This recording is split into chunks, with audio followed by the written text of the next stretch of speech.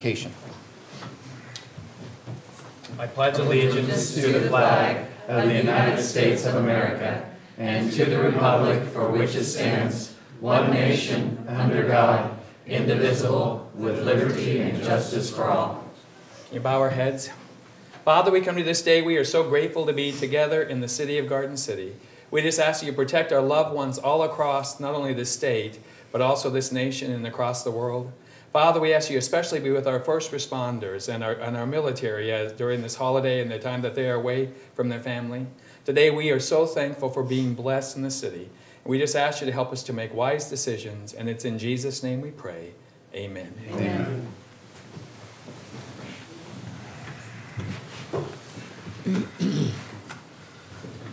Any additions or corrections to the minutes to the November 6th meeting? Any changes? No. None being, they'll stand as approved, or as presented. Public comment, this is a time that we have on the agenda where anybody can come forward and speak on any issue that is not on the agenda, and we give you 5 minutes. And when you do come forward, please state your name.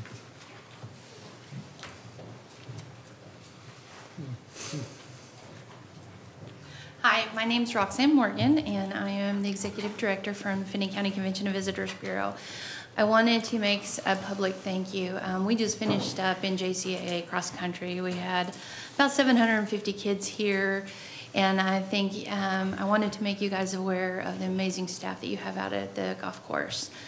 Clay Payne and Jason Hayes were amazing partners in this endeavor. When you put that many people on your golf course, it doesn't do good things to the grass. So Clay was a little nervous, and he was very, very much a team player. So I just want you guys to know that we thank them very, very much for their partnership. Thank you. Thank you.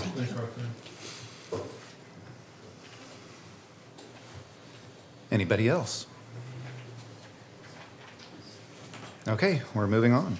Item 6A is recognition of the 2018 second and third quarter City of Garden City Safety Award recipients. Allie? Hi, Allie. Hello, good morning. Good afternoon, I guess. I am here to present both the second and the third quarter safety award recipients. The safety committee receives nominations from all employees for this award, and then at the end of the year, one of the quarterly winners is selected as the annual individual safety recognition recipient and will receive $175. The safety committee selected Jared Coleman, Human Resources Coordinator, as the recipient of the second quarter's award. Jared was nominated by Rhonda Fisher, and Rhonda provided the committee with the following information regarding Jared's work practices. Jared enhanced the safety of others and prevented an accident or injury. During the Big Pool cleanup day, Jared spent approximately 5 hours pushing a cinder block by hand across the non-skid stripe around the pool. Had this action not been taken, the non-skid stripe had the potential to injure patrons that walked across it. The safety committee would like to commend Jared on his actions by enhancing the safety of others and utilizing safety training appropriately. The safety committee would also like to thank Rhonda for her nomination. The safety committee then selected Ralph Rochat, a utility worker 3 at the water department, as the recipient of the third quarter's award. Ralph was nominated by Fred Jones. Fred provided the committee with the following information regarding Ralph's work practices. Ralph increased employee and department safety knowledge by delivering a 52-week safety curriculum developed by the American Water Works Association to the department. Ralph keeps employees in his department up to date on the safety committee, served as a mentor to newer employees regarding safety habits, and sends out safety-themed text every Friday. Ralph takes great pride in creating a culture of safety in the water department and the city of Garden City. The safety committee would like to commend Ralph on his actions by enhancing the safety of others and utilizing safety training appropriately. The safety committee would also like to thank Fred for his nomination. So at this time, I'd like to welcome both Jared and Ralph up to the front.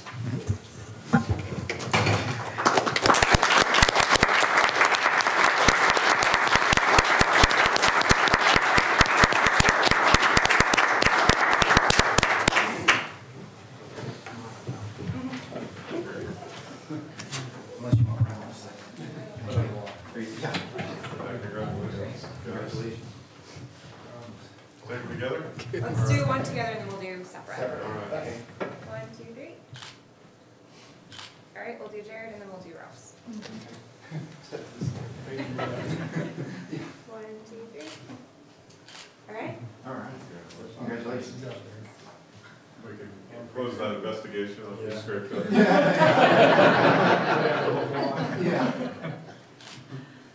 two, three. Awesome. All right.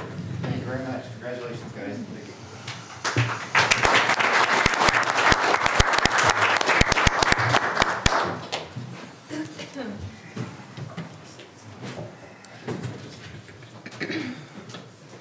Item 6B, the governing body is asked to consider and approve allowing the possession and consumption of cereal malt beverage and alcoholic liquor at Buffalo Dunes Golf Course in the clubhouse on Friday, December 7th, 2018, from 6 to 10 p.m. pursuant to code sections 635 and 6133. This is in conjunction to the mayor's Christmas dinner. By all means.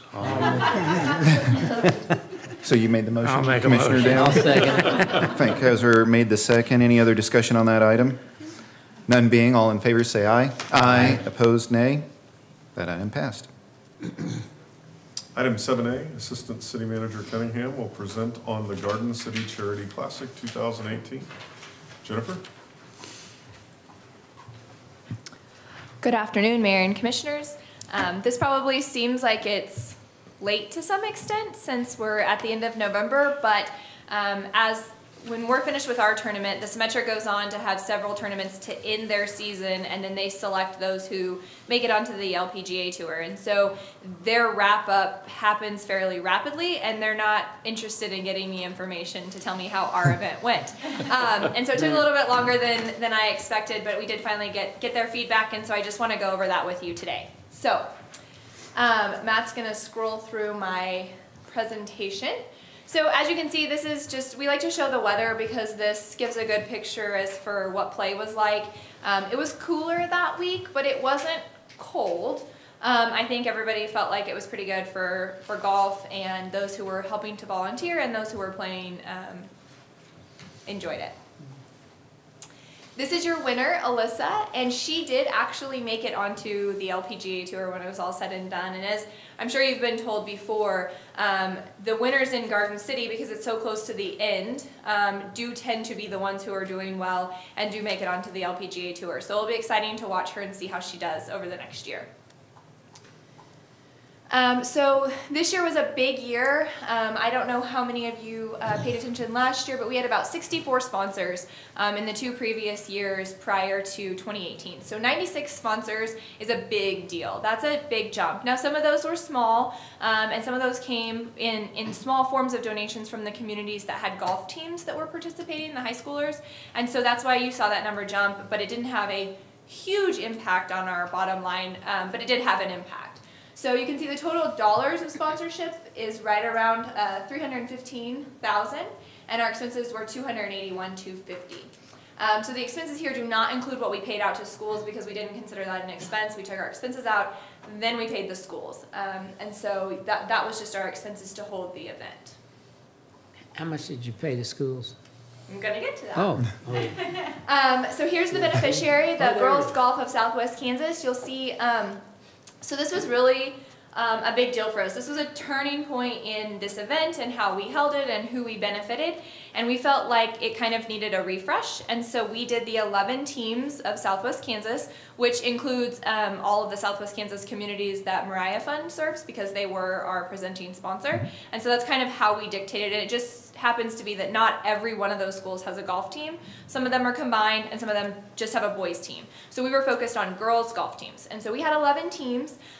They got to have a special dinner event with the pros. And as you can see in this picture, this is one of the high school girls, and she's wearing the shirt that was sponsored by Western Motor. They sponsored the shirts, and the pros signed the back of those shirts at the dinner event. And so they got to play some golf, do some practice rounds, and then have dinner, and it was amazing. This is, in fact, the pros have asked the Symetra Tour if this is something they can do at every stop. It was by far one of their favorite things that they did. They felt like it had the biggest impact on them and on the high schoolers. So very good. You'll see that we also gave the schools $24,000. It wasn't a uniform amount. They each got $1,000 off of the auction. And then they each got another $1,000 off of the sponsorships, and then any additional money beyond that was based on any donations they collected from their community. So some schools received $3,000, Some received 2,700, some received 2,300, and some received 2,200. But they all met at least that 2,200 mark.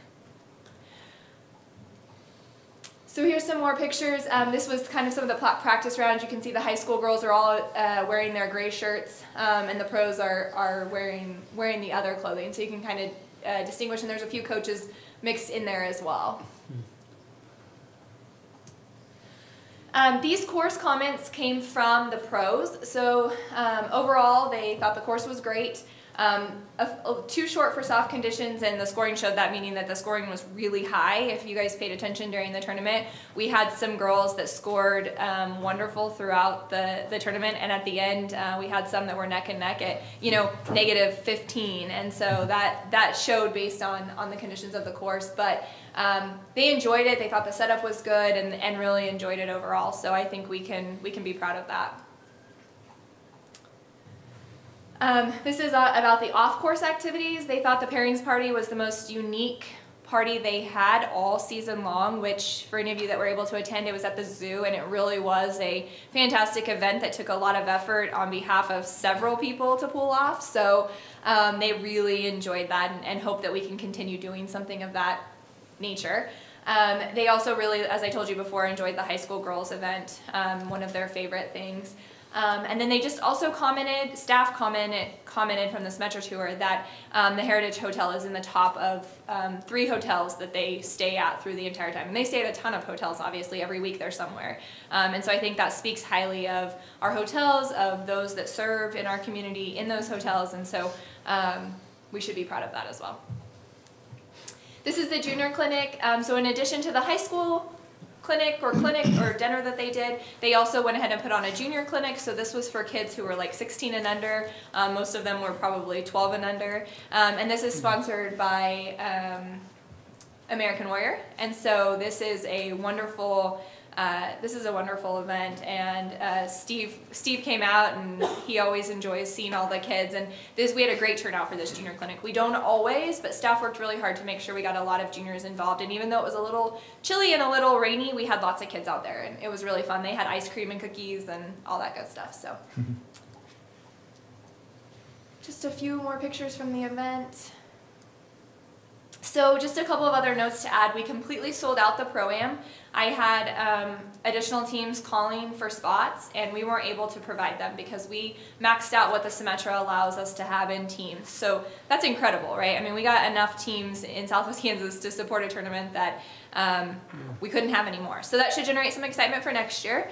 The high school event and beneficiary was a success, and we think we can only go up from here. We can only make that process better and get more involvement from those communities, which continues to grow the event, and also grow girls golf in Southwest Kansas, which we think is important and is also a mission of Buffalo Dunes. So the junior clinic was well attended, even though it was chilly and wet. The chalet looked amazing, and we should give a huge thank you to Steve Obrey and his crew, because if you were out there and you saw it, the before and the after, the roof, the floor, everything they did really made that place a cool place to be. So if you've not seen it, you should go check it out. Him and his crew worked very hard to make sure it was ready for the event. So thank you to them. We still need to do more leading up to the event and seeking more sponsorship and all of those things, because we want to continue to make this work. And no matter what we do, even if we're conservative on expenses, they're going to grow. That's just the nature of inflation. So we just need to be mindful of that and continue to work hard on sponsorships. And there's always changes. We're always looking for feedback, things that maybe didn't go like they should, or things that we weren't totally proud of as a group that puts this on. And so we'll continue to work hard on those. So what we did better: more sponsors, more excitement about the beneficiary, more people who understood the beneficiary. We had water on the course, which was a big deal. That was a huge complaint the year before, so we made sure we didn't run out of water. We targeted food more for the players and what they wanted, a lot more peanut butter and jelly and protein, which is what they asked for. And we did have more spectators and more volunteers, and so that's what Symetra asked for, and we didn't fall short on any of those this year, so we were proud not to get any of those marks. So now what? The Mariah Fund, the CVB, and KNS LLC, which we refer to as CME for the most part, they've all agreed to sign another 3-year contract to bring the Symetra Tour back to Garden City. So at the end of this last season, the Symetra asked us if we would like to continue doing this because we had just finished a 3-year agreement. And so at this time, these 3 groups have agreed to continue on doing this. And so we as a group would like to continue fundraising and continue bringing this event to Garden City. So we're really excited. The high school girls want to be the beneficiary again. They want to continue in that role. And they're excited for what they can do in their communities in 2019, now having gone through it 1 year. And their communities seeing the benefit that they got back out of it, wanting to participate. We will be looking for a large sponsor to go along with this because there are some conditions. Mariah is going to stair-step their funding down. So it will look different, and we do need to look for about $25,000 in a large sponsor over the next year that we can hopefully get them locked in 2019 and have them continue for the 3 years as well. And so everyone who's part of that committee is working hard on finding and identifying who that person can be, or that group can be. The new sponsorship packet for 2019 is going to look different, and we're going to try and diversify our sponsorships a little bit more to try and cater to some individuals and also to some larger groups who were maybe not hitting at this point, and we hope to have that out next month.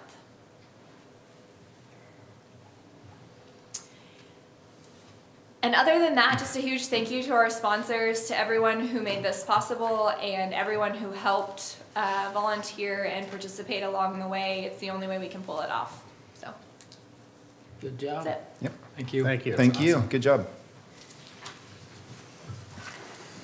Mayor and Commissioners, item B is a monthly staff report. I don't think you were going to present on that, right?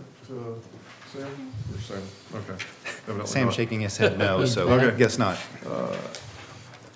Also, this is just to kind of put in writing in an agenda so other people can see it, that you all remember that at the last meeting we identified that we did not want to meet on January 1st, and so we moved that meeting to the second Tuesday, January 8th. And then D through I are all staff reports. If you have questions on any of those, be happy to try to answer them. Otherwise, I'll draw your Okay. attention to the item 8, the meetings of note. Some of them involve RSVPs. The Mayor's Christmas Party is December 7th, as it was an earlier agenda item. So make sure you, I think the RSVP for that one, right, too? Yeah. All right, so if there's no questions on those, we're ready for the appropriation ordinance. If approved, it would be ordinance number 2471-2018A. I move to approve the appropriation ordinance 2471-2018A. There's been a motion. Is there a second? I'll second. There's a second. Any other discussion on that item? None being, all in favor, say aye. Aye. Opposed, nay. I'll jump over 10A. It has a fixed time. I think we're probably in a position to start 10B and then more than likely come back to it. Can at least get through the staff presentation of this. Item 10B is the governing body's consideration and approval of a development agreement with GC Investments, Inc. relating to the Star Bond Development Project. And if approved, it would, the resolution would be written down here. 2758-2018. 27 what? 2758-2018. 58? In kind of the order that I'd like to go through on this, because it's a project that has a lot of information and has been several years in the making. One, I'll just present the staff report. Two, I'm going to ask Randy to go through the major elements of the agreement, kind of pointing out those items in whole, but also as they relate to the MOU, which was approved by the governing body in June or July. Then we'll ask the developer to present any information that they wish to present or their representative. Following that, I think it would be appropriate, Mayor, for you to take any questions or comments for folks that wanted to come and speak to this item. Once that's concluded, I think the commission can pull back to the dais for the purpose of you all either discussing amongst yourselves this item or asking staff or the developer or anybody else that weighs in questions. Does that sound like a good? Yes. Because we may have to keep track of where we are in Yeah. that as we bounce back between a 1:30 public hearing and a 2 o'clock public hearing. So with that, I'll go through the item. On July 17th, the governing body approved a memorandum of understanding with GC Investments, Inc., which served as the basis for preparing the development agreement before you today. The attached agreement was initially prepared by GCI's counsel and was reviewed by all parties. Revisions were negotiated and incorporated into the agreement that is presented to the governing body for consideration and approval today. The agreement designates GCI as the master developer for the project, which will be completed in 2 phases. Phase 1 will be the multi-sport indoor field house and trampoline park with several outdoor spaces. The field house includes tournament and conference amenities. A restaurant is also included in Phase 1, but is not eligible for Star Bond funding. The Phase 1 will be financed by the issuance of $25.4 million in Star Bonds and the developer funds to cover the balance of the estimated $37 million project. I think we may even have an updated estimated cost of that project, which is a little bit higher, but nonetheless, the developer funds cover the balance. The Star Bonds will be issued by the city by private placement. The bond proceeds will be held by a trustee who will make all principal and interest payments to the bondholders and also process reimbursement of eligible expenditures after receiving authorization from the city. Randy will point out the description of how that process works when we get to that point in the agreement. The developer will submit monthly requests for reimbursement to the city, and which would be a committee comprised of city staff and developer representatives that will meet on the reimbursement documentation. Phase 2 would be negotiated at a later date for other elements of the Sports of the World project. Phase 2 may include additional commercial development, including an expanded project area. This would necessitate a revision to the project plan that was approved by the Secretary of Commerce on January 17th, 2018. So some alternatives before the commission today. You may adopt the resolution, which would approve the development agreement and authorize the city manager to select a placement agent. You could reject the resolution. Another alternative, if the commission would want to take this information under advisement today, make the decision at a later date, you could do that as well. And with that, I think I'll turn it over to Randy to begin going through the agreement. Thanks, Matt. As the city manager indicated back in July of 2018, the developer and the city governing body entered into an MOU, which basically is a document that sets out an understanding between the parties, but it's not a binding agreement. And at that time, the city and the developer agreed that proceeds from Star Bond, a Star Bond project would be used to finance a portion of the project. The project was set out in 2 phases. In the first part of that project, phase 1, is set out in the MOU as well as the development agreement. It was the understanding at that time that Star Bond proceeds and private equity would be used to finance this project. There have been some changes in that particular approach, or at least some different suggestions that I'm going to go over with you today, so you understand what differences are set out in the development agreement as opposed to the MOU. I think you probably all have a basic understanding of the project and the use of Star Bond proceeds, which are sales tax revenues that are generated by the project and are then paid to the developer for payment of some of the costs of the project. what the parties have negotiated, in addition to the Star Bond proceeds, are some other funding options that would be available to the developer. Doesn't mean that the developer is going to use those options, but at least we included those in the agreement so that they would be available if the developer needed to use those. The development agreement was negotiated between city staff, our bond counsel, Mary Carson, the developer, and the developers council, and I think developers council are here today to answer questions or at least make a presentation.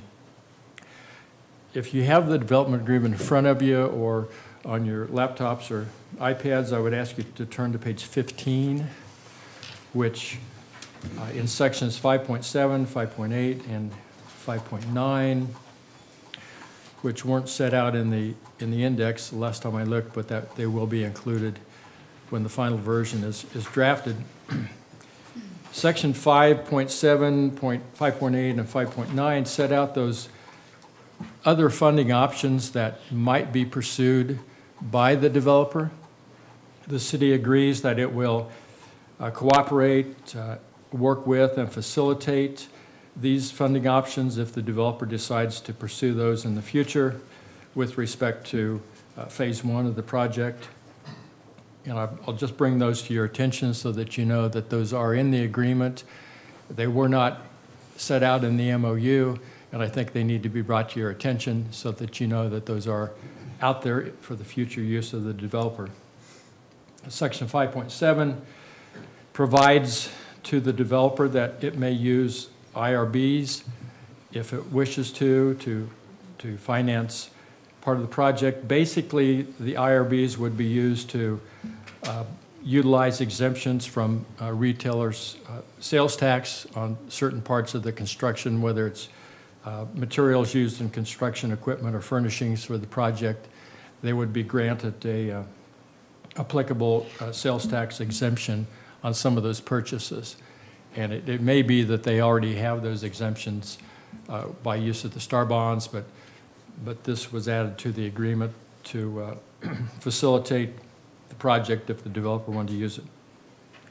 The second tool available under Kansas statute, and that's been included in this agreement, are Community Improvement District, a CID or Community Improvement District being established by the developer. A CID allows for imposition of an additional sales tax in the district to be used for payment of clearly delineated project costs. And so that would be a separate and distinct process that the developer and the city would have to go through to establish, and there would be probably agreements to enter into with the CID as well as the IRB in the future. I'll go back to the IRB. It does not provide for any abatement of ad valorem taxes, so that's not part of an IRB. The third tool that might be available, or it will be available, let me put it that way, in 5.9, the city is going to grant to the developer credits against its utility bill with the city for electric, water, wastewater, and solid waste service for a period of 3 years. For each one of those years, the city would grant $100,000 of credit to offset charges for city-operated utility services, and that may be something that Mr. Muirhead can speak to if you have questions. If there is any of the $300,000 left over at the end of 3 years, it can be applied to a fourth or a fifth year in the project. So that's something that the city is doing in conjunction with this project, and also will be something that is considered an incentive being granted by the city for development of this project.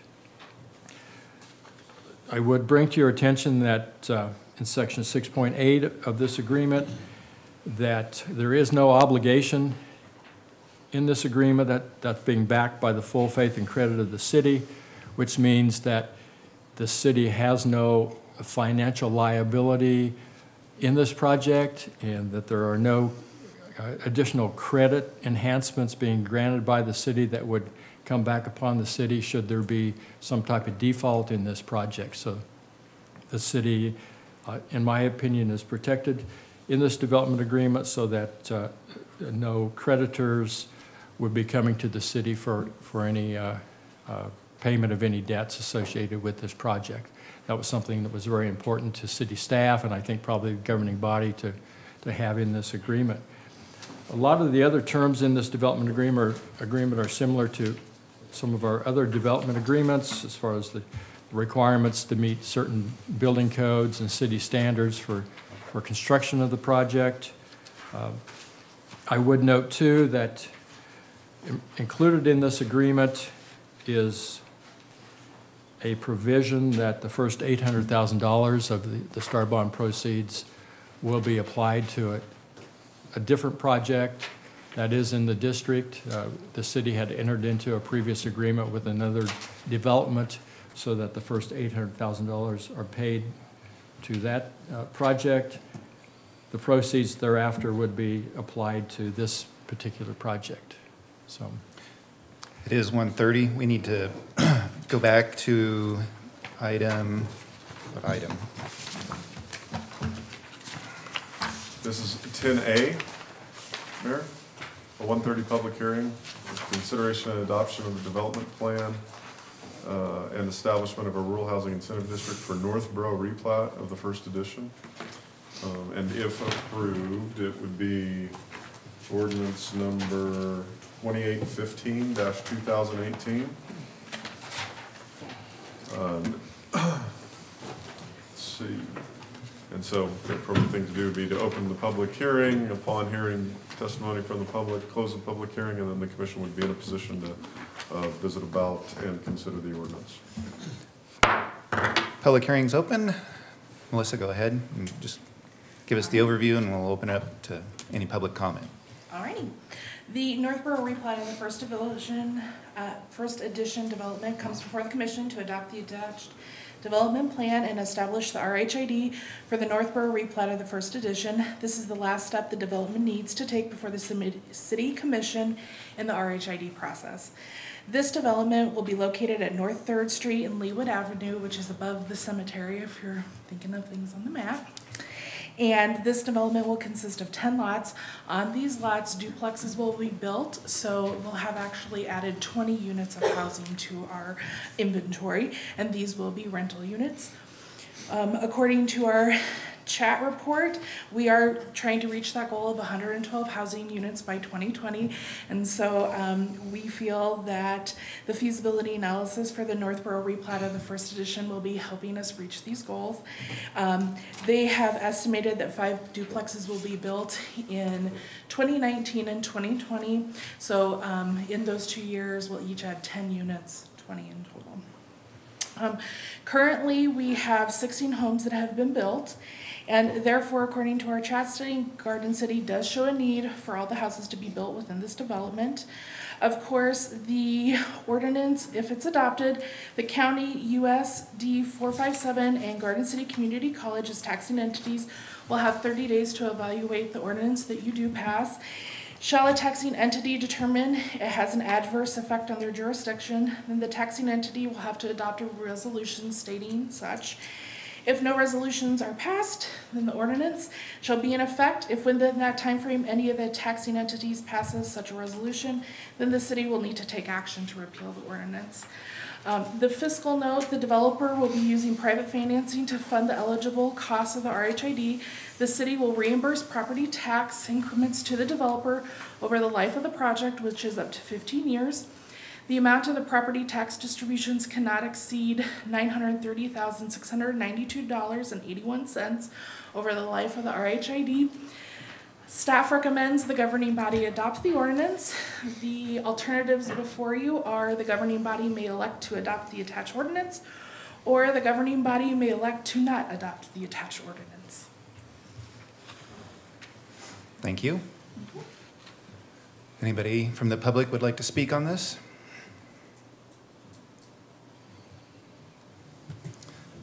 I'll close the public hearing then. Any discussion from Mayor, commissioners? The only thing that I noticed on it, I mean, we're talking $93,000 per lot for improvements? Yes. 10 lots? For Yes. 900, I mean, I hope that this, part of this will go to develop more lots, because, you know, that seems excessive. So they're actually bringing the sanitary sewer up from a location that will have to go up through the cemetery. So they're connecting it down on Belmont Avenue. And then they'll go up through the cemetery and connect that, which will then open up that development whole- to more opportunities. So how many housing units do you know in that development? I can't remember. Right now, we only have these 10 lots, but there is potential to open up that whole entire acreage up there for housing. With Yeah, because they brought that in once before and Right. decided it was too expensive, but. Yeah, Yes. there's over, I think over 125 total homes preliminary platted in this plat that this is going into. This is actually the ideal situation that we want to see RHID used in, is extending utilities where there aren't any. Right. And most of this cost is for the extension of the utilities, which will then be able to further extend services to future growth. So this is the ideal situation for use of an RHID. So this is paying up front so that later on we have those in place so that they can do. Each person who's in their phase will expand, and the cost will be significantly less for those next phases. Will they have to apply for RHID again for them if they do an expansion, or will this take care of most That's of up to what's? each individual and in the program itself. Then extend the sewer line all the way maybe, around the yeah, that's what development. you're saying, yeah. So there'd be more expense, but Mayor, I'd make a motion that we accept ordinance number 2815-2018, There- establishing this RHID. There's been a motion. Is there a second? I'll say it. Commissioner Fankhauser made the second. Any other discussion on this item? None being, all in favor say aye. Aye. Aye. Opposed, nay. That passed. Now we'll go back to item B. I think, Randy, did you have anything? I just more had a to- couple of things Finish to up. bring to the governing body's attention, because I think at least one is very important.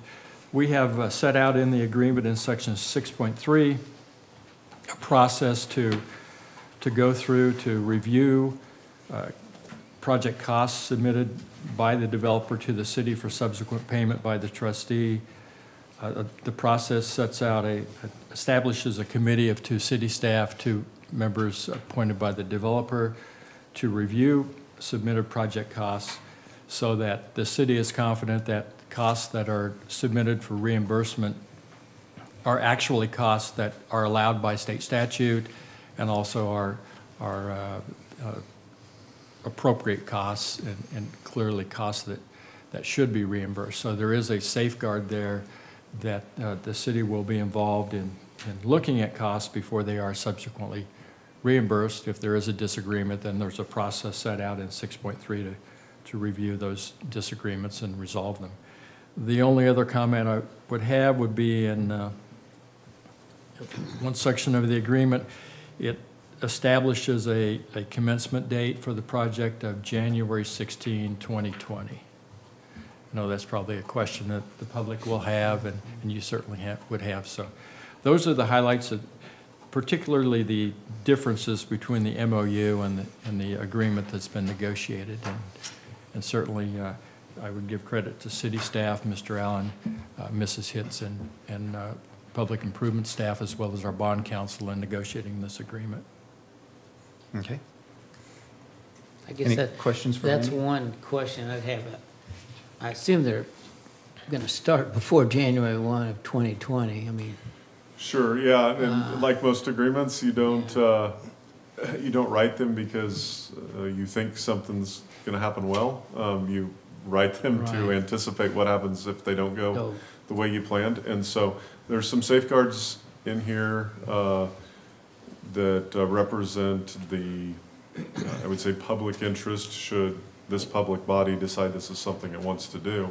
Once you decide you want to do it, these tools work and the project works because it starts and it gets built and it develops. And so there are some safeguards to say, okay, once this gets approved, there is a responsibility on the part of the developer to produce results. One is to start within a year. The other, there's another section where if there's no vertical improvement made within a period of 5 years, which is a difference. So start can be building permit, turn a shovel to dirt. Vertical means something's coming up out of the ground. There's some safeguards to where the commission has some authority to intervene. There's other safeguards related to other calamities, but both for the developer's benefit and the city's benefit. But I think that one gets at what you were asking about, Commissioner. Are you talking about section 3.9, Matt? I think that's The right. city's I know option it's to purchase earlier certain in the tracts? document. Okay. Yes. I see, okay. Were that 5 years or the consideration? Okay. Whoops, I'm For going the wrong $1, I direction. see. I have a question regarding section 5.9 under the incentives, the utility credit and the electric utility. And maybe Mr. Muirhead or the developer wants to speak to the necessity of this, certainly I see it's being extended as an incentive. I guess I'd like to know more what we think that the usage is gonna be or what we're basing that credit off of. I see it's a $300,000 in total credit that can roll over several years. Not just 100,000 per year, but can be extended over. So do we expect the usage to, the bill to be more than 100,000 a year, or are we going to be carrying the electric and the utility costs for this development? And why was that introduced as an incentive, I guess is my question, and Okay. speak to the history of maybe it being extended to others. I'll try to, my best to try to answer that question, Mayor and Commissioners. On a project this large, it's sometimes difficult to estimate what the usage is going to be. What we've done is we've taken the electric usage, in particular electric, and compared it to some of our other larger users of the same size.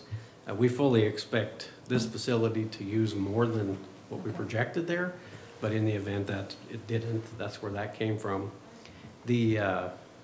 The two utilities that actually probably would be supportive of this will be the electric utility and the solid waste utility. Water and wastewater, as you know, they really need to collect everything they can collect as we move forward. But that's where that came from. If it's not used up in that first 2 or 3 year period, which we won't know till it gets built, but once we do know that, then we can make that determination if it should go any further. And then on the demand, where we reduce that, we actually don't charge a demand for the first 6 months.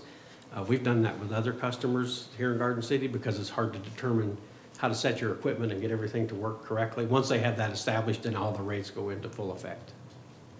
So, Okay. hopefully that answers your question. I have another aspect which might hit the utility part, but maybe more the strategy part, but between that was, this was probably one of the last pieces to go in the agreement, and it was a closing the gap number in its aggregate.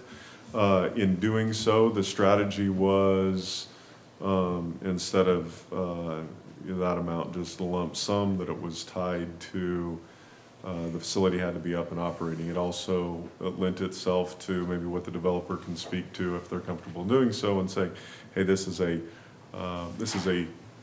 sports tourism recruiting events type of facility that takes a few years to optimize or to come up to speed, and you're not going to be hitting on all cylinders clearly in the first 12 months of operation, or even probably the first 12 to 36 months of operation. So sort of twofold. One, that addresses this will help in the startup of a facility that we've said, again, if we approve, that we've said is has a community benefit because it adds to the intensity of our ability to pull people to town.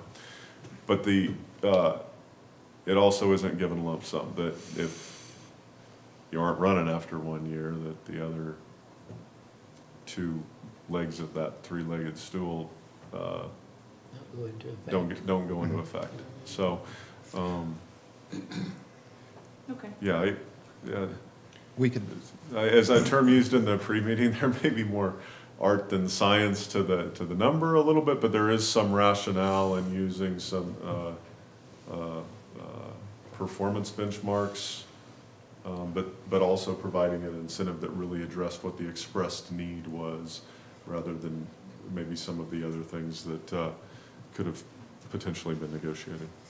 And we could have the developer come forward and, I mean, that's kind of the order that you talked about going through, and maybe they could address that. That'd be good. Maybe, Sure. if possible, so. Hi, I'm Kristen Shipkowski. I'm with Polsinelli Law Firm representing the developer. And I guess I'll just start first with the question. I think Matt pretty much nailed it right on the head, that we're looking for a little bit of a ramp-up period to optimize operations of what's going to be a really unique and special facility in Garden City. And I think Mike's probably accurate that it'll probably get used up in those first 3 years, but to the extent it's not, and we can make it a super efficient facility, I think we just wanted to be able to get the full benefit of that. So, I don't know if you want me to say a few words generally as well. Yes. That'll work, Okay. yes. So I think you last saw another representative of the firm in July and the developer on the MOU, and I think this is the next step in the process. It's a very exciting step because this really lays out in very great specifics on what's going to be happening in the future. And I think what you'll see in the agreement is it's a lot of collaboration and cooperation with the city, both in terms of cost certifications and going through the normal development process for all the developments. And then as soon as this gets approved, hopefully getting the bonds up and running and hitting the ground running as soon as the weather stays good. So, and there was a question on dates before. I just wanted to point out the dates listed in there are actually statutory deadlines. So that was what the dates were tied to, and specifically not necessarily any idea that it might take that long to break ground. So, yeah, but I thank you for Okay. your time. I'm happy to answer any other questions you have. Let's see, there was, trying to think, I had I something. do appreciate, I mean, hopefully these incentives that are being offered is incentivizing your success and then your willingness to build. So I appreciate the negotiations that you went through, and also our staff, our city staff and the city attorney really helping us really minimize the risks to the city, but incentivize your success, so. Yeah, I think so. And I think operationally speaking especially, I think those will be essential in the first few months in terms of just getting the usage right and peak usage. There's going to be a ton of lights, you can imagine, and a lot of other things that use utilities, and it'll be great to get that sort of optimized. I think it ought to be pointed out, Randy mentioned it, but that you will be paying for property tax, Correct. right? Yep. So that was kind of a little bit of a trade-off there too. I think originally you wanted some property tax relief, and Yeah, I mean, I think, Yeah. again, because of the uniqueness of the Right. facility, I think there's a lot of unknowns in terms of what the appraiser's office is going to view a facility like this at and Right. what the utilities might be. So that was sort of the trade-off, the compromise that was made on that. utilities, yeah. Okay. All right, thank you. Okay. Happy to answer anything else. Sure. Well, Do the commissioners have any other questions? No, I know that, I know just working with a Convention and Visitors Bureau, that it takes several years before you're really able to do anything with, bringing bigger events in. So I think the incentive that we're offering for the utilities is something that's, I think it's unique, and I also appreciate that it's something that we can do, so it makes it more affordable. Well, I'll make a motion if we're ready, Okay, that we approve resolution number 57, or wait, 2758. 2758-2018. there's been a motion. Is there a second? I'll second. There's been a second to approve Resolution 2758-2018. Any discussion on that item? None being, all in favor say aye. Aye. Opposed, nay. That item passed.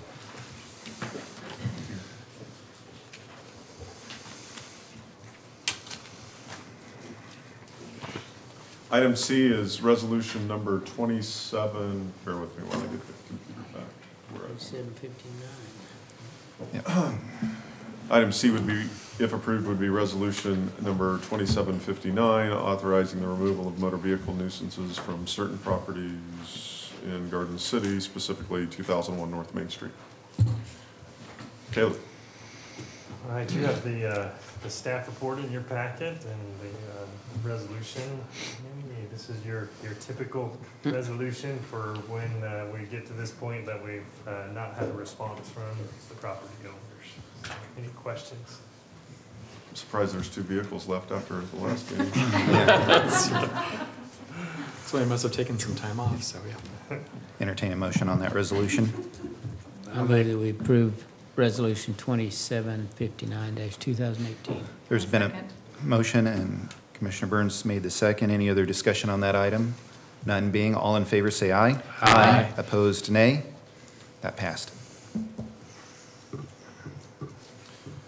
Item 10D would be, if approved, would be Resolution 2760, similar action, motor vehicle nuisance for 2401, or motor vehicle nuisance removal from 2401 North Main Street. Entertain a motion on that resolution. I'll make a motion to approve on Resolution 2760 to approve. Is there a second? I'll second. There's a second. Any other discussion on that item? None being, all in favor say aye. Aye. Opposed, nay. That item passed. Thank you. Item 11A, the governing body is asked to consider and approve the request to restrict parking on both sides of Labrador Boulevard from Woodland Road to Cherokee Road and the east side of Woodland Road from Labrador Boulevard north to the alley. Sam? Good afternoon, Mayor and Commissioners. The background to this, the governing body directed staff at the August 7th Commission meeting to gather additional information to assist in making a decision on the request to restrict parking on Labrador and Woodland Road. The request comes from Hawkeye Development, who developed the commercial property at 2101 and 2011 Labrador Boulevard. They are requesting assistance from the city with the parking and traffic problems in front of their business caused by the high school students parking along the roads and the parents dropping off and picking up their students. Staff has included the information for your review. The first item up is the Garden City High School parking survey that we had 782 total responses. Do you want to go through that real quick? I'll have Ashley come up. She's the one that kind of put this together, and she can kind of go through this survey with you. Sam's testing my improv skills a little bit today. So this parking survey we sent out, Garden City High School was gracious enough to send it out for us to their students. We got 782 responses. This report was generated on October 5th.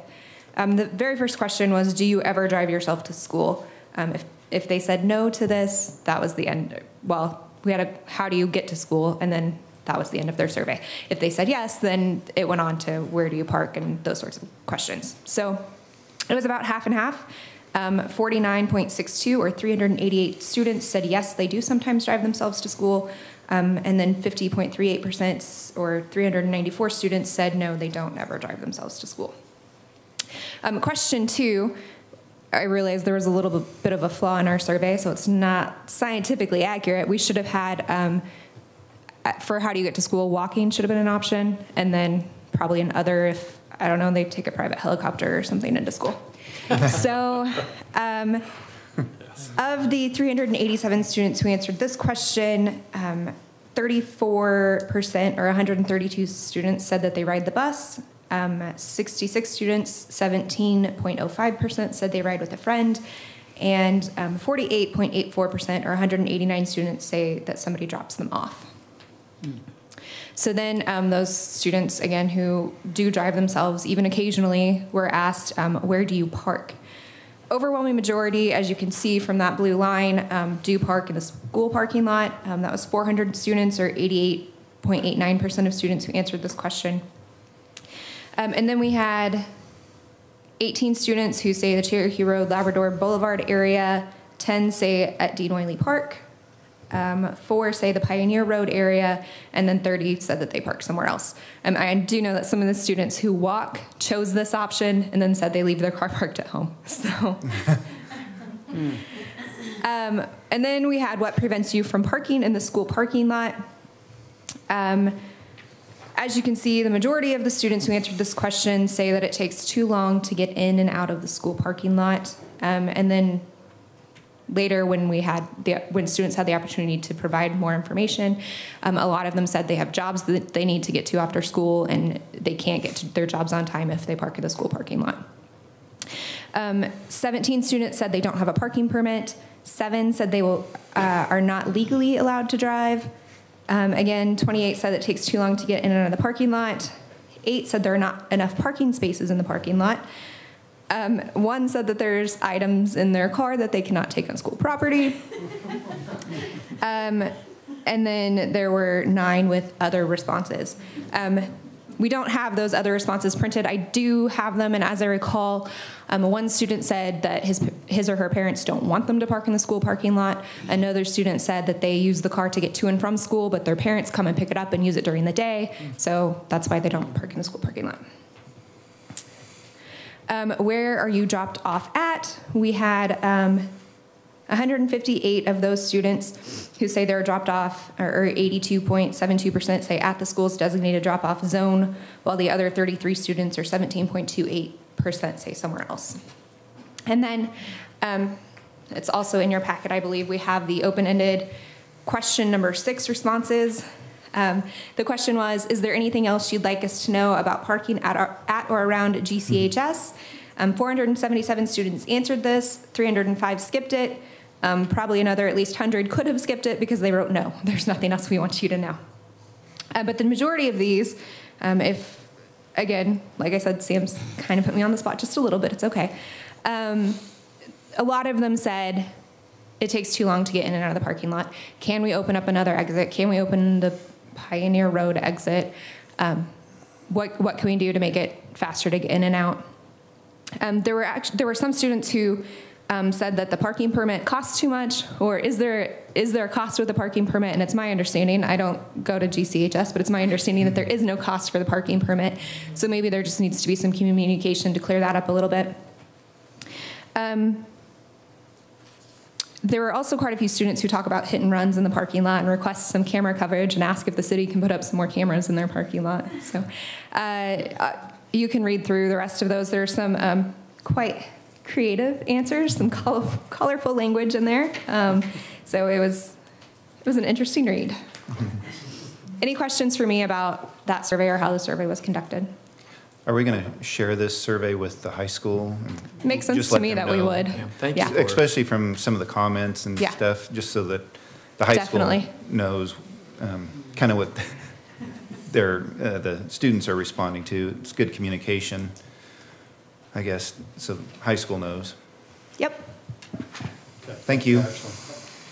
The second item that we provided was we had 5 individuals up there counting pedestrians, counting cars, counting parents, counting from every direction. We had 3 up there, and they figured out the first day they couldn't keep up, so we sent 2 more up there. So that information's in front of you here, and they counted October 30th, 31st, and November 1st. The number of students parking on Labrador in those 3 days averaged 14 cars per day. On Cherokee, almost 13 cars per day. And Woodland, 7 cars per day. In the morning, parents dropping off students around the circle was almost 20 cars per day. And then in the morning, the parents did a good job of not stopping in the middle of the road and dropping off their students. We only had 1 that did that. So now picking up, the parents' numbers rose a little bit. We averaged 46 cars per day in the circle. And then also the parents didn't do a very good job of picking up their kids on the roads. We had almost 4 picking up in the middle of the road on Labrador, 5 on Cherokee, and 7 on Woodland. So just to understand that part, Sam, there is signed no parking anytime on that circle. Is this in addition to that? Is this like literally parked in the middle of the road, or is this parked in the no parking anytime signs that are already installed? The additional ones on Labrador, Cherokee was parked in the middle of Labrador, not in the circle. So those are additional beyond the 46 cars that were parked in the circle. Hate to interrupt, but it is 2 o'clock, and we do have a 2 o'clock, so we'll have to come We'll back. have to come back and address this. If we go to item B, Item 11B is a 2 o'clock public hearing on the matter of the governing body hearing questions, concerns, and comments from the public with regard to the 2018 budget amendments that are necessary to reflect actual 2018 expenditures. Following the hearing, the governing body would be asked to approve the certificate of amendment for the 2018 budget. And so the appropriate step would be to open the public hearing, and then Melinda will start. I'll open the public hearing.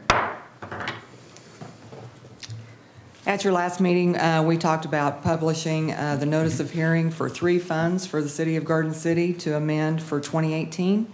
The first one is the Drug Enforcement Fund, and the reason for it is we had a higher cash carryover and additional revenue that came into the fund that we had to pay out to other agencies.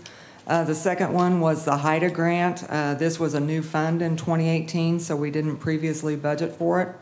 And then the third one is the Recreation Commission. We had higher revenues with the motor vehicle distribution that we are distributing back out to the Recreation Commission. So those are the 3 funds that we need to amend. The total expenditures for 2018 as amended, the drug enforcement would be $144,500.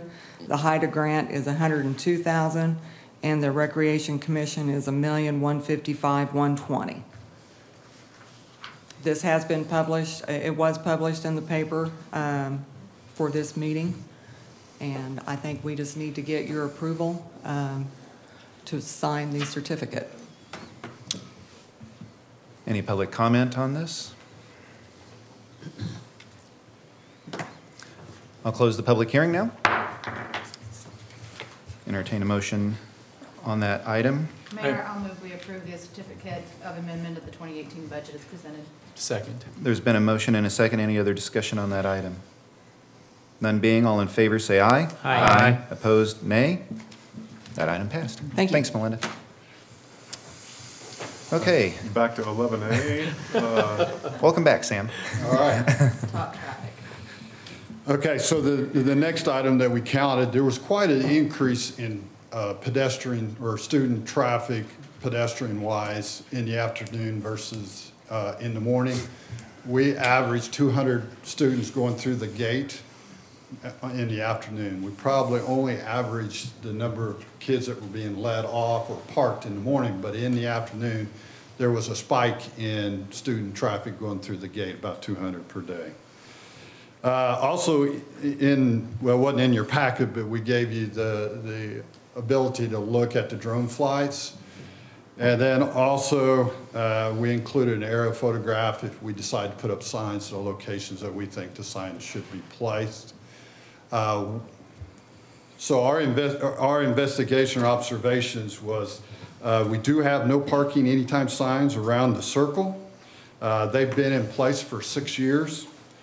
And to my record, or to my knowledge, we have not had any enforcement of cars parking in the circle. The chief is here. He might disagree with me, but at my knowledge is we haven't had any.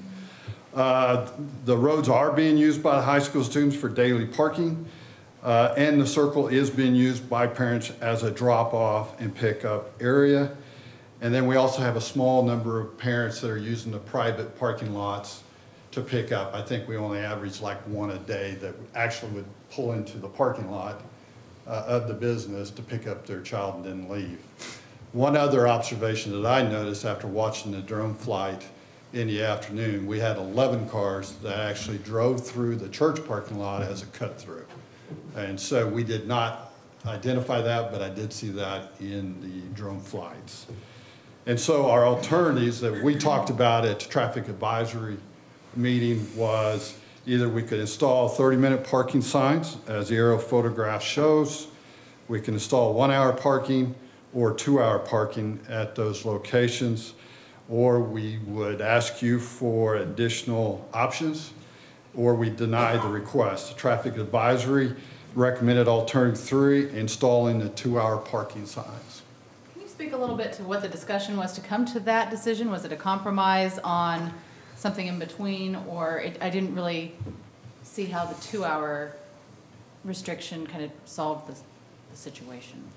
Well, it does solve one problem. The students won't be able to park there for 2 hours because they're in school longer than 2 hours. I think we have the developer here, and he kind of led us to, not really led us to us, but he was okay with the 2 hour. The 30-minute parking puts a lot of stress on the business to report that into the police department, and the police department has to come out and identify, I'm sorry. So he kind of was okay with the 2 hour. The 30-minute parking, the 1 hour parking, and the 2 hour parking are common measures for restricting parking on public right-of-way. So Sam, we stayed to common signs is what we did. yeah, will this move the issue down to the Cherokee Road? Will this move that problem, you know, the situation, will that move that down? Because I see that you're not recommending any on Cherokee Road. So will that move that just where they park there and it'll still be a traffic issue, or? I would anticipate the students would continue using Cherokee as parking. It's already full. And Oh, it it would is. move down a little bit. I'd also anticipate them moving west on Labrador. However, when properties develop, I would say this would be in front of you again, because the same problem would happen. But really, these are the most common signs that are used to control parking on public right-of-way. And that's how we came to those options. So the 2 hour parking that I requested is related to the nature of the business that went into one of the two buildings. So the Kansas Children's Service League went into the east of the two buildings that were built. The aerial view doesn't show the two buildings, but it's not uncommon for that service to have 1 hour appointments with their clients. Now, it is true that at 1 hour they would chalk a tire, and then technically that person has another hour to actually move the vehicle.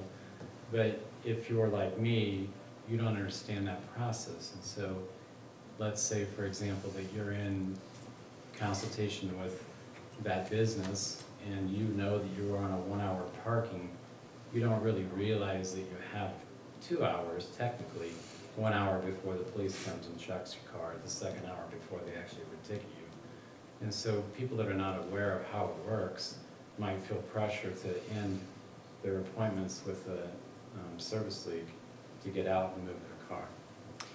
So are people and patrons of those businesses actually being impeded by parking? Because to me, I watched the drone video, it looks like those parking lots are open. So the reason that the parking lots are open is because the second or east of the two buildings that we finished just was occupied within the last 2 weeks. And the first of the two buildings has 3 suites in it. Only one of the 3 suites are occupied.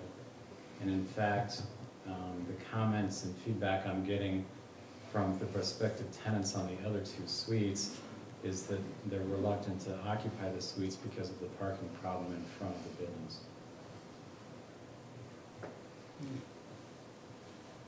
I guess the other thing that I would kind of ask you to consider is what the intent of the streets that surround that property were for, and what the intent of the parking lot for the high school was for. I don't think that when those streets were constructed, they were constructed with the intent of being parking places for high school students. And I think that the high school parking lot was intended to be the spot for kids to park. We know that the high school parking lot is not being filled. And I get sort of the idea that it takes a while to get out of the high school parking lot, but what is your definition of a while? Because right now, on the school board, we know, and we've timed that in somewhere between 12 and 15 minutes, you can get out of the high school parking lot even at peak times. So the notion that kids have of a long time of getting out of the parking lot might be a little bit different than the notion that you have if perhaps you lived in Denver or someplace like that. I have also heard that there's some reluctance to restrict public space, but to me, we restrict public space all the time. You have public parks that have restrictions about what time they can be used and how they can be used. We also know that there are streets in the city that have been restricted previously, specifically around the hospital, around the old high school had restrictions. We do make, at times, restrictions on public space in order to facilitate those people who own or have businesses that are around those spaces. And I'm not asking for a complete restriction on a public space. And I get that in the grand scheme of the developers that you're dealing with today, I'm a pretty small developer. But I guess I would hope that you would consider a little bit of help in just trying to control the traffic around an investment that I made that's, for me, a fairly large investment. And if you've driven by the buildings, I'd hope you'd appreciate that they were not poorly crafted or a blight on the community.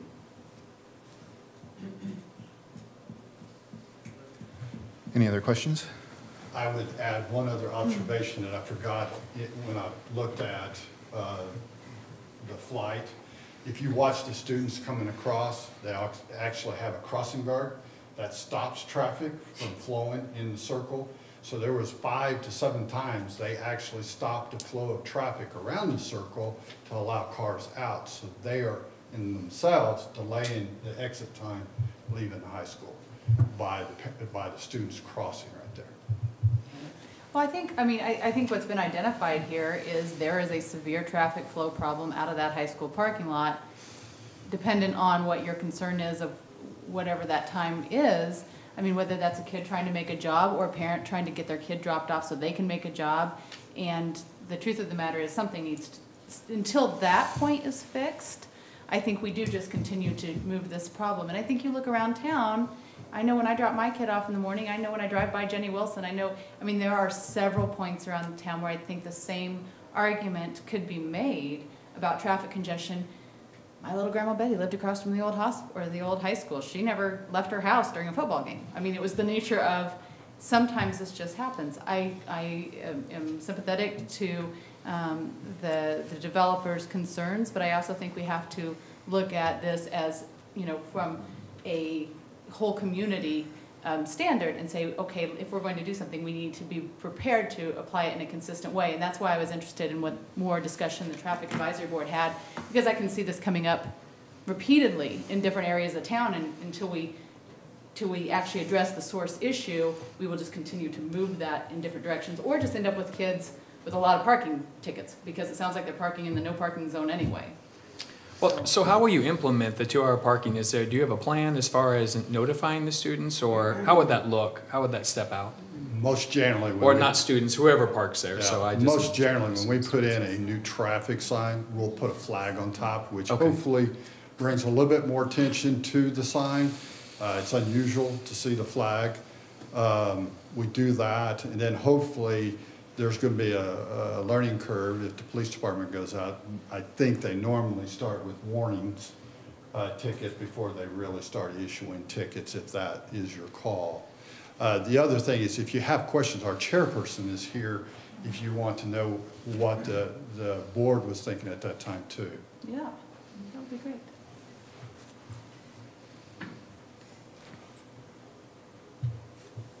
Hello, I'm Vicki Gurman, chairperson for the Traffic Advisory Board. We did struggle with this issue as well. You really don't want to say no kids parking here, but there were several issues that were brought up to our attention. Other things that the students are doing while they're over there.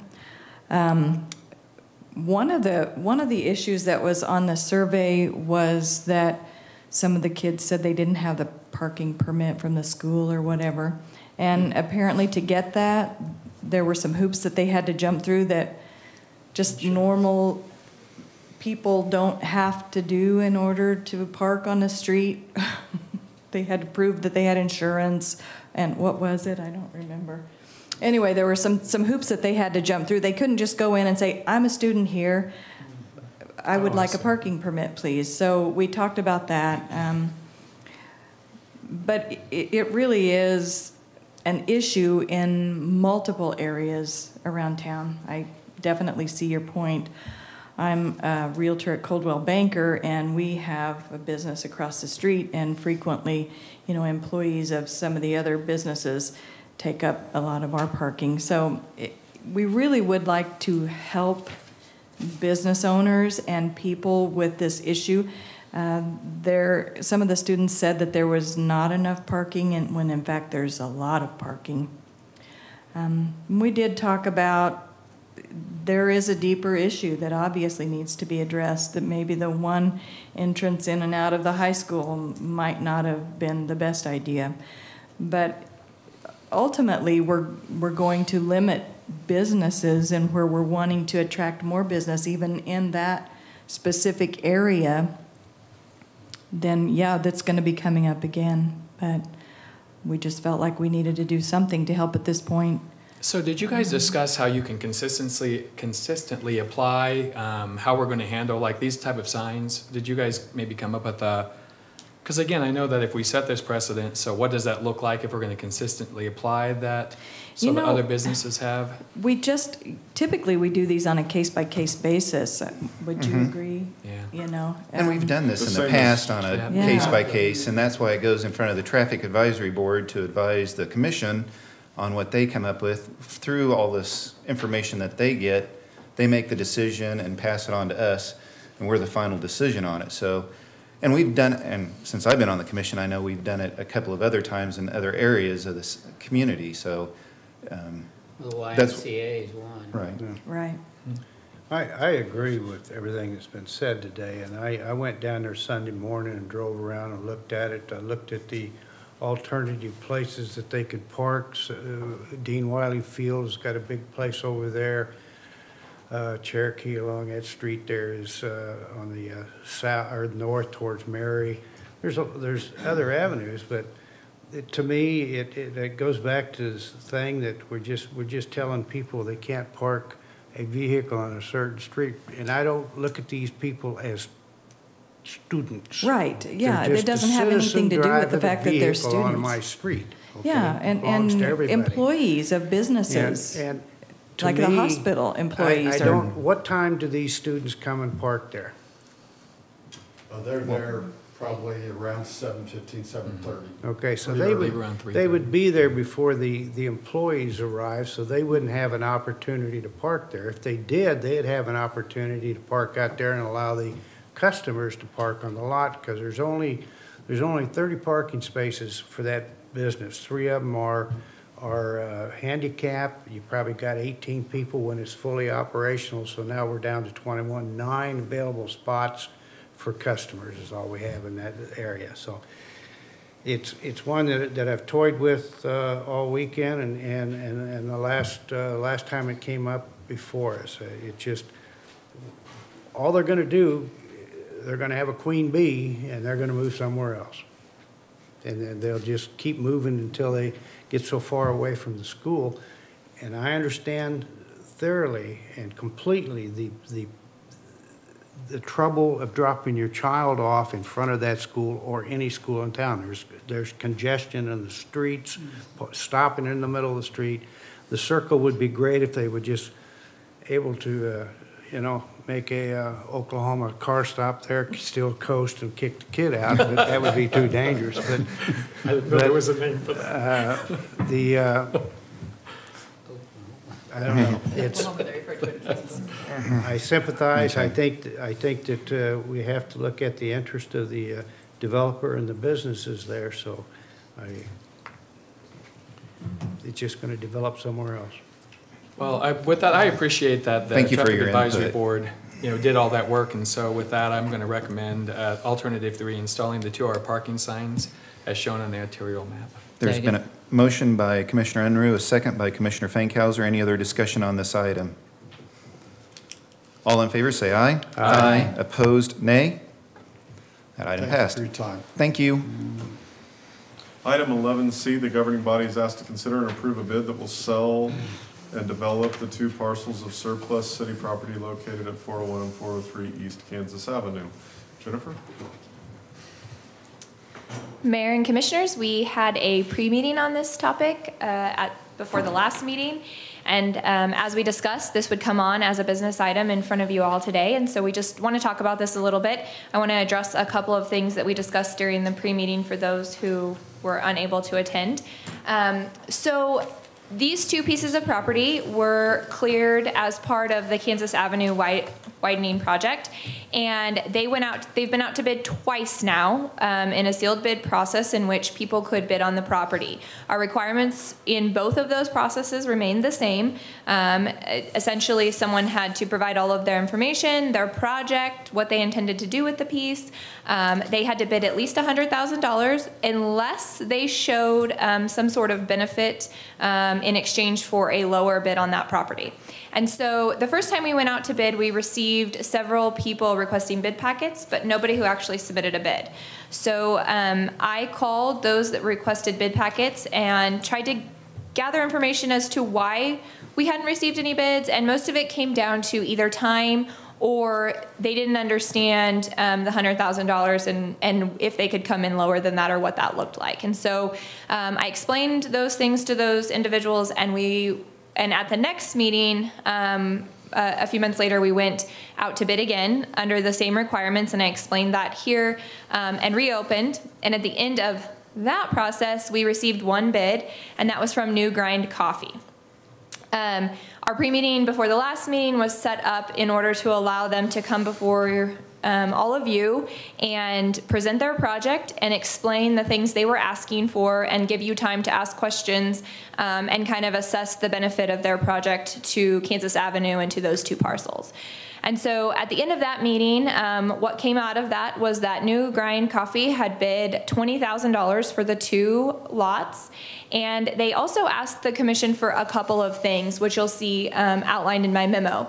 The first one has to do specifically with the curbs and the amount of space that is allowed for those under city code and what they were asking for.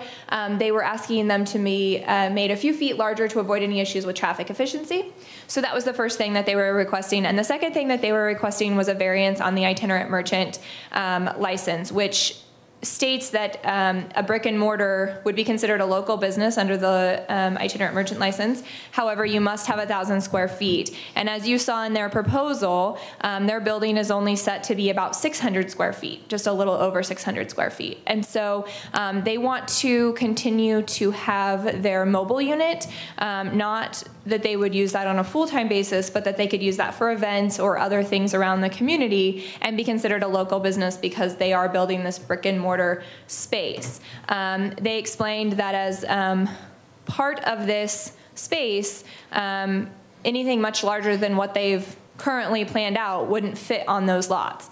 They also explained that they felt like the $20,000, the reason that they put that out there was because this was bringing a large benefit to Kansas Avenue and to citizens, and they felt like that is what the property was worth based on the amount of money it was going to take to build the New Grind Coffee. They also shared with you site plans, 2 photographs of the business from the outside as designed by Gibson Mancini, and then also Carmichael and Nelson, but that detailed what their project would look like, what the drive-through would look like, and then they attached a menu.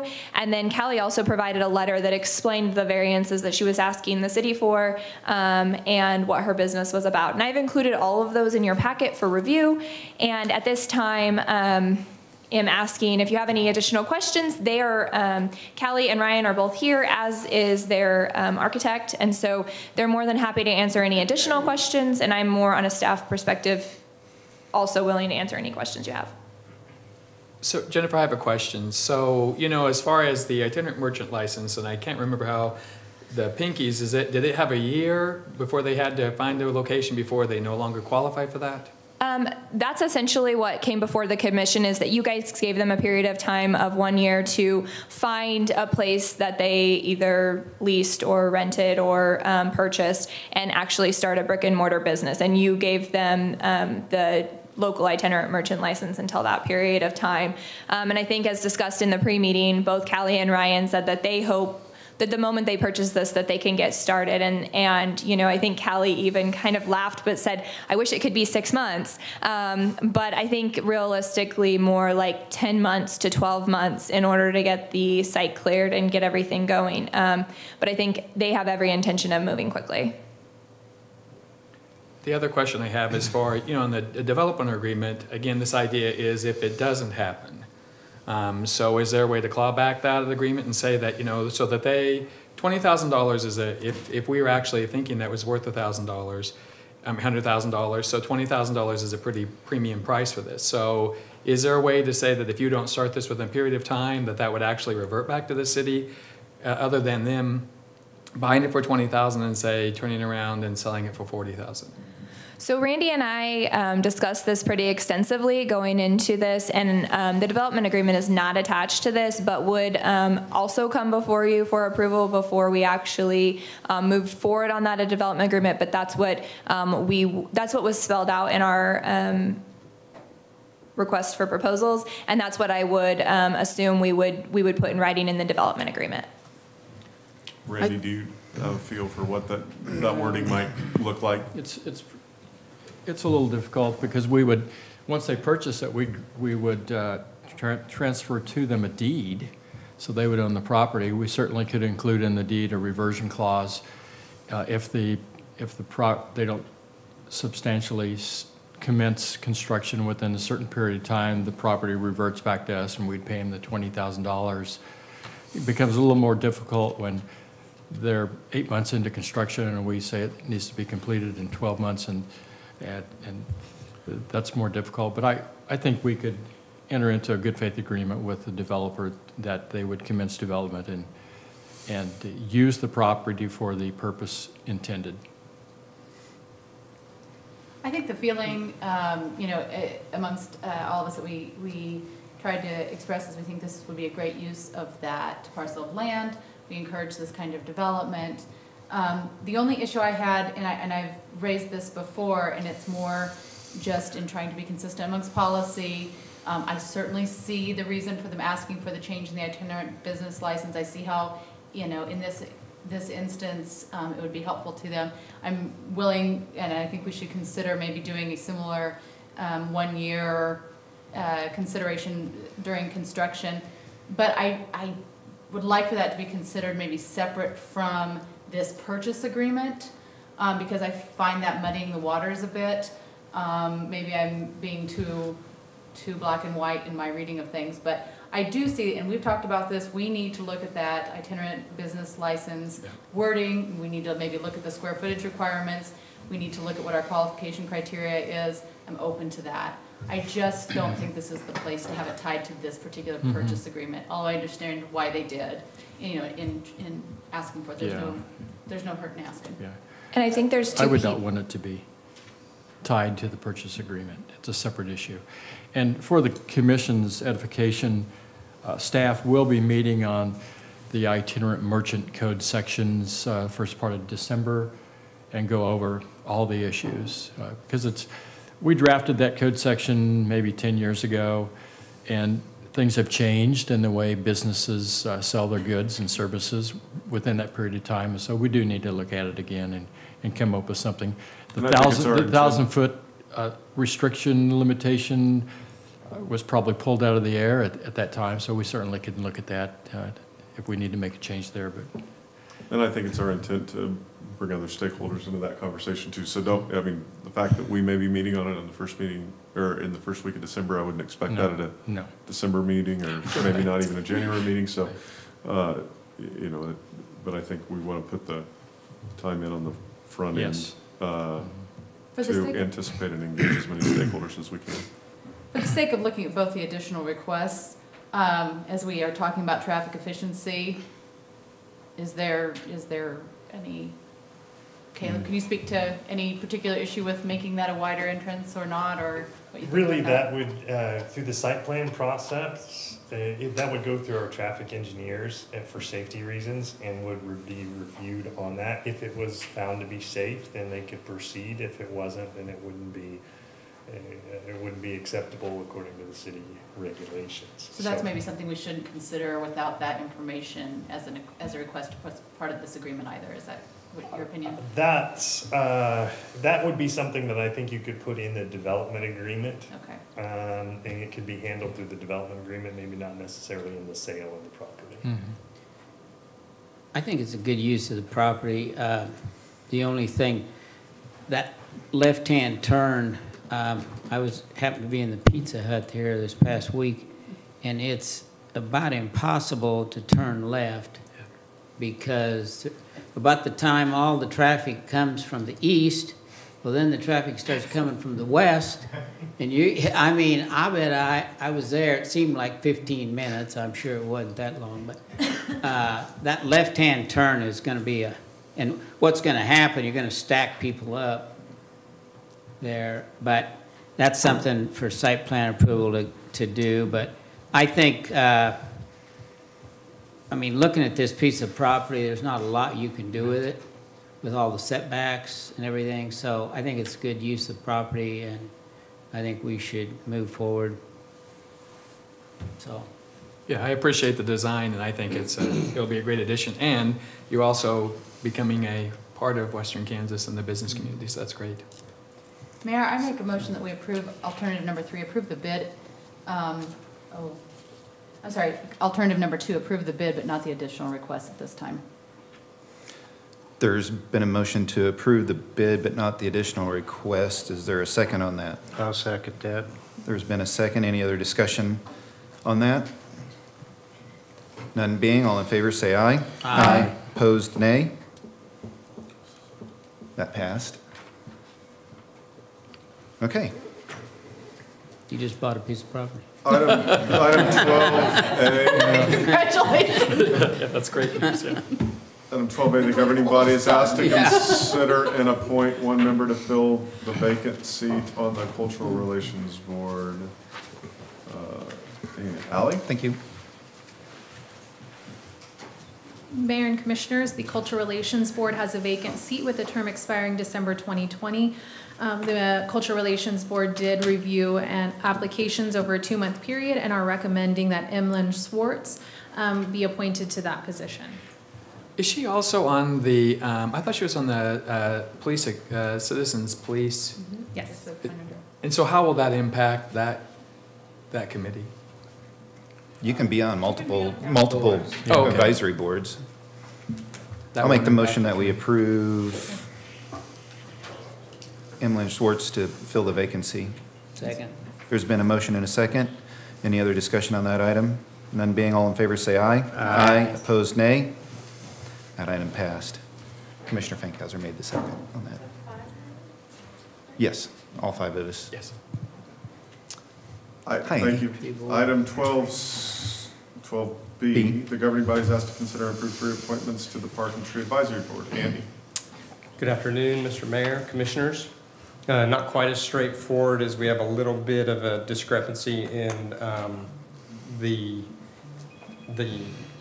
staggering of our terms or our seats. So the City of Garden City solicited persons interested in serving on the advisory board. Neil Hawley and Stephanie Rupp submitted applications, and those are included as attachments in your packet.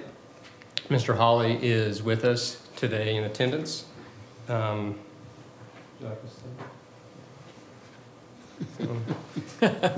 So thank you for. Would you like to coming. speak? And you all met him in October when we talked about putting back pond. He's pretty ornery, so I don't know. Yeah. So the Park and Tree Advisory Board is requesting the governing body to appoint Neil Hawley and Stephanie Rupp to the Park and Tree Advisory Board. The board is also requesting the governing body to grant a waiver for John Brenneman to serve a 3rd term due to a lack of public interest, as noted per Resolution 2196, Section 2, member term limits. Be it resolved that term limits are hereby established at 2 consecutive terms. No member of an advisory board shall serve any longer than 2 consecutive terms on any given board. And I'll skip a little bit further down. Due to lack of public interest, the City Commission does reserve the discretion to waive term limits for the position under this exception. the reappointed member will need to receive another waiver from the commission to continue service on that board. And John Brenneman has served 2 consecutive terms on the Park and Tree Board and wishes to serve another.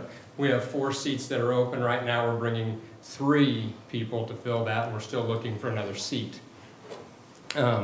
However, what I mentioned on the staggering of the terms is the Park and Tree Board, they are not staggered evenly.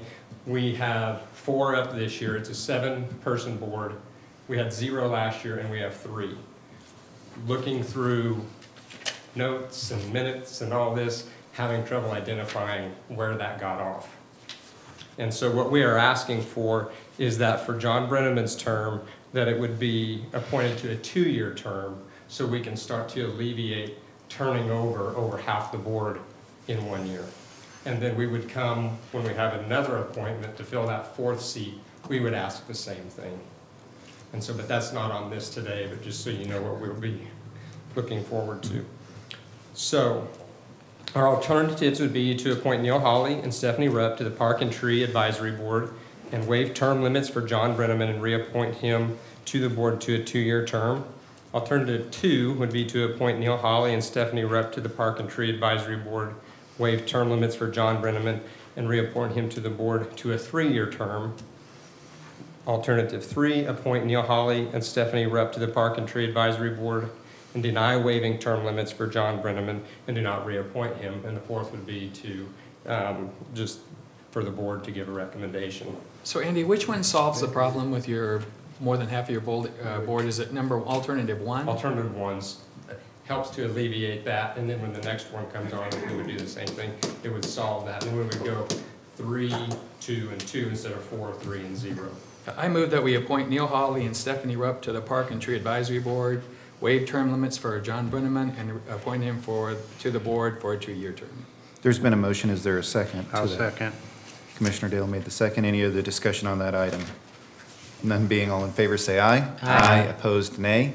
Thank you. Thanks, Andy. That passed.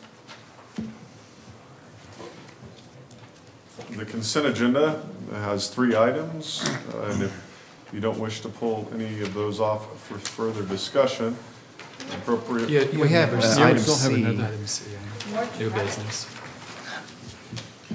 Item 12C, the governing body is asked to consider a request to install stop signs at 5th Street and Hackberry Street intersection.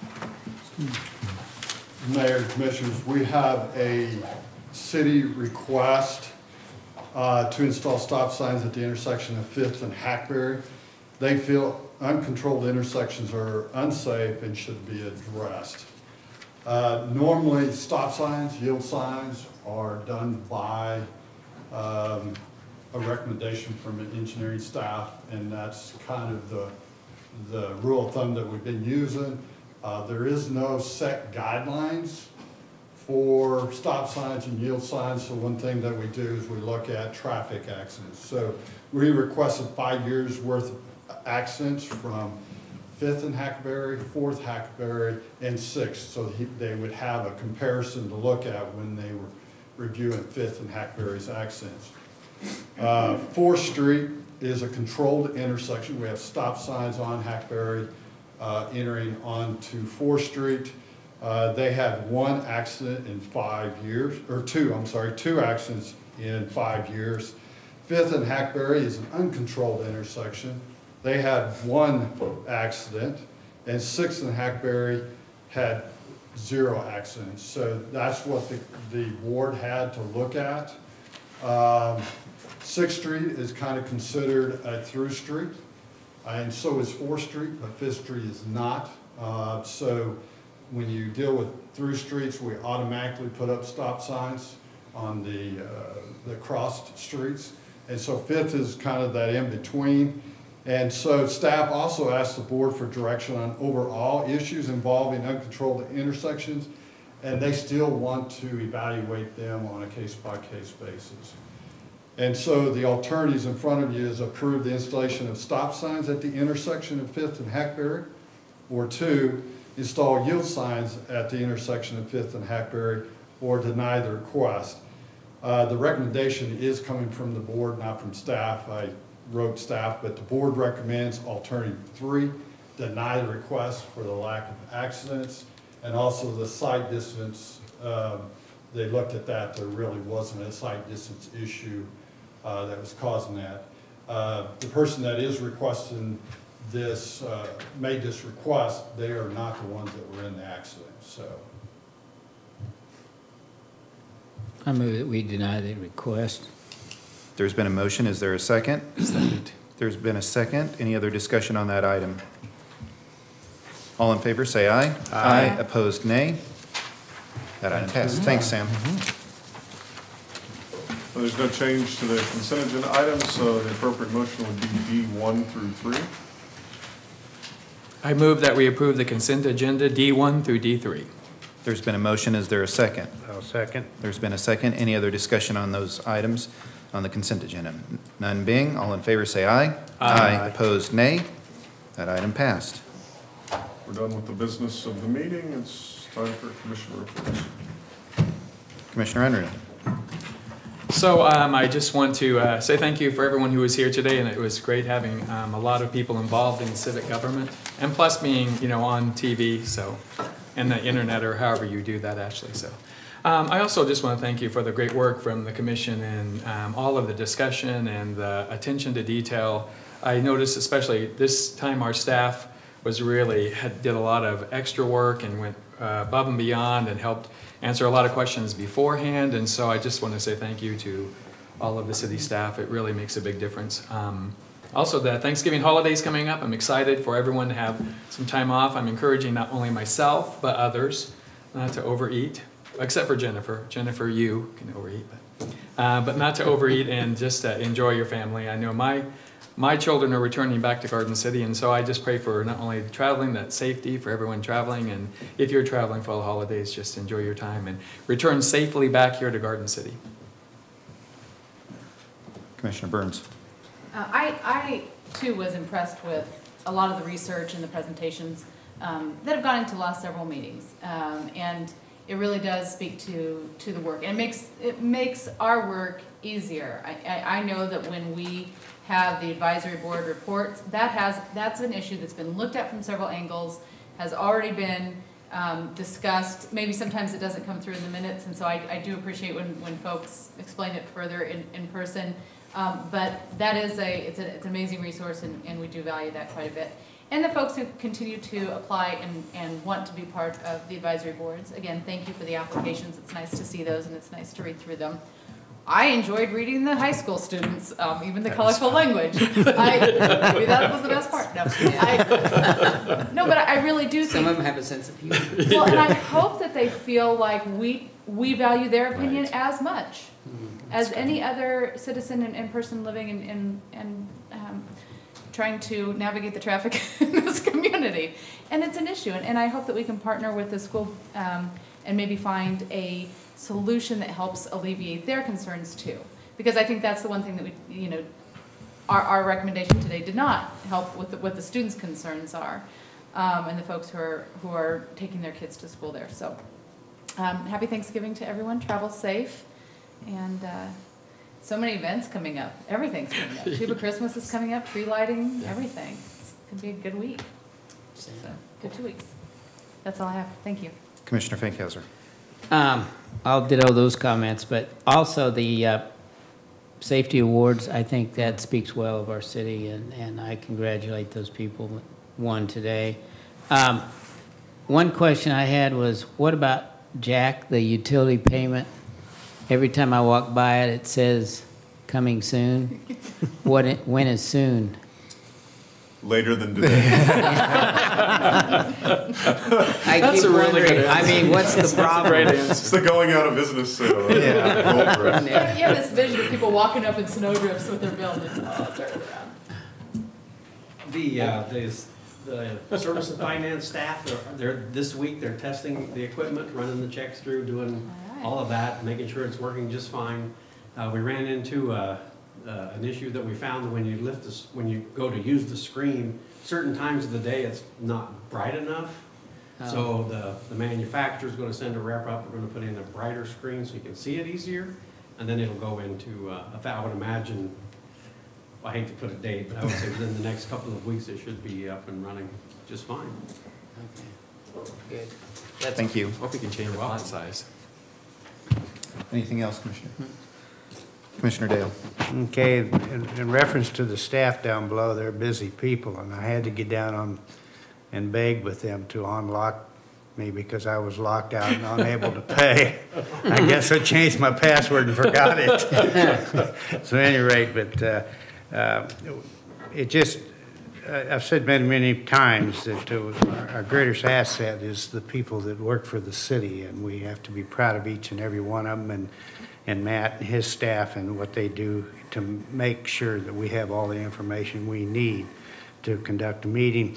And one thing I was sitting here just thinking about, Sam, the circle up there around the school, that may be alleviated when those cars are no longer parking. So now that when people drive up to drop off their kids, they can either drop it off on Cherokee or another one and then pull out and drive away. There'll be adequate places for them to start parking in that general area. So that may alleviate that bottleneck right there in that circle. And that's all I have to say. Merry Christmas. I wanted to be first with something. Tree lighting ceremony is at 6 o'clock in Stevens Park.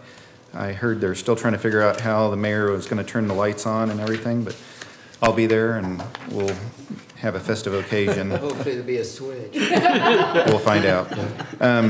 Again, have a safe Thanksgiving, and that's all I have. Thank you. All right.